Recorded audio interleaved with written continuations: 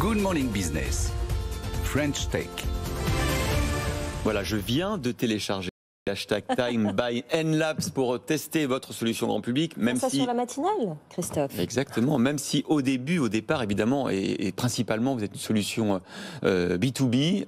Bonjour, d'abord excusez-moi, je suis tellement enthousiaste. Antoine Auberton, PDG et cofondateur d'Nlabs, d'être avec nous ce matin dans la French Tech. Pour résumer, vous allez me dire si je me trompe, c'est une manière complètement autonome de faire des films en accéléré. Exactement, sur le long terme. Voilà, ça permet à la fois avec la caméra Tiki que l'on installe, qui est autonome en énergie. Donc solaire. Grâce à son panneau solaire et connecté en 4G, elle envoie toutes ces photos qui sont prises sur le site où on l'a installé. Et sur MyTiki, l'application web permet à la fois d'éditer, d'analyser les images et ensuite de partager le contenu avec qui on le souhaite. Le contenu, c'est à la fois pour de la communication, mais également à des fins des enjeux de sécurité, par exemple sur un chantier. Pour surveiller un chantier, par exemple. Exactement. Pour analyser les flux, par exemple, on a travaillé avec une grande métropole française ça permettait de comprendre ce qui se passait dans un quartier, les flux de vélos, les flux de voitures, et d'optimiser ça, de le comprendre et ensuite de le prédire.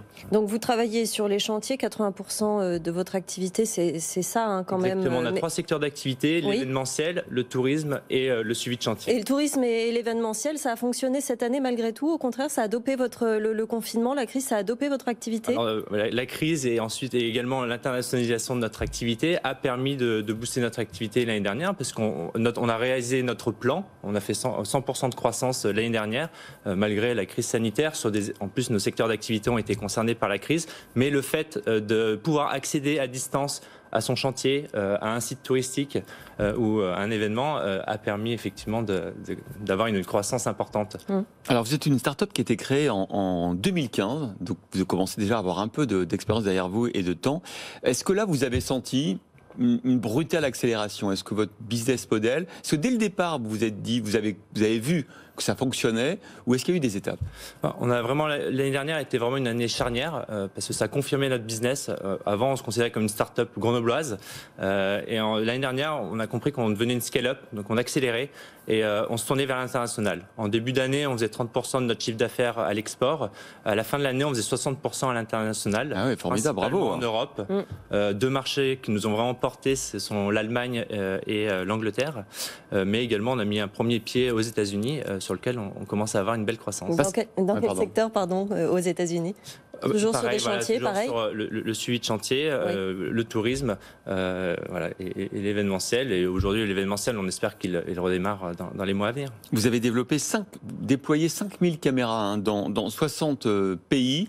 Est-ce que du coup là, vous avez 5 ans, une certaine maturité, est-ce que vous avez des ambitions à l'international? Est-ce que vous allez avoir besoin de moyens supplémentaires?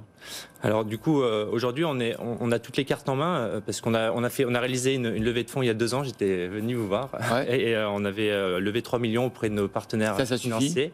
Ça a permis, du coup, on a fait le plan, on a montré la croissance qu'on avait annoncée malgré la situation.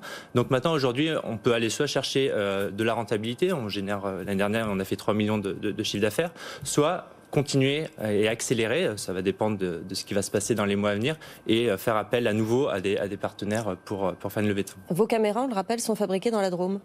Effectivement, notre caméra est fabriquée en France, ce qui a été un atout pendant la crise, parce qu'il y a eu pas mal de soucis d'approvisionnement. On a entendu la Chine qui a bloqué pendant plusieurs mois, et puis ensuite la reprise. Et les semi-conducteurs, vous les procurez où? Les puces, les semi-conducteurs. Forcément, les composants viennent d'un peu partout dans le monde, mais par contre, l'intégration de la carte électronique du boîtier se fait en France, ce qui nous a permis d'avoir du stock et de n'avoir jamais de rupture pendant la crise. Et puis, dernière info que je donnais au début donc, de cette interview, vous lancez une application grand public qu'on peut trouver sur le Google Store ou l'Apple Store. Exactement. Qui s'appelle donc hashtag Time. Hashtag Time, et qui permet d'en fait, avec l'intelligence artificielle, de faire la même chose qu'avec vos caméras pro, avec son téléphone portable, mais de ne pas le laisser en permanence, de revenir toutes les heures par exemple, et l'application vous permet de caler exactement l'endroit où vous étiez pour prendre la photo précédente. C'est exactement ça. L'idée, c'est d'ouvrir, de démocratiser encore plus le time-lapse auprès du grand public, de sensibiliser, et surtout, nous, c'est un vrai laboratoire parce qu'on voit plein d'idées germer sur cette application. Alors, on a des gens pendant le confinement qui ont suivi la rénovation de leur appartement parce qu'ils avaient du temps. Il y en a d'autres qui prennent le coucher de soleil face à chez eux chaque jour. Oui. Et on a également des mères de famille qui font des ateliers, peinture, etc. avec leurs enfants. Donc c'est vraiment très vaste. Et vu que c'est une application gratuite, ça permet vraiment de libérer les usages et de voir ce que l'on peut faire en timelapse. Vous n'espionnez pas, vous laissez les gens mettre en ligne leur création et du coup vous en profitez. On est oui, comme toujours, on est conforme à la RGPD, on fait attention aux données de nos... Aux données, oui. Antoine Auberton, PDG et cofondateur d'Enlapse, merci d'avoir été l'invité de la matinale.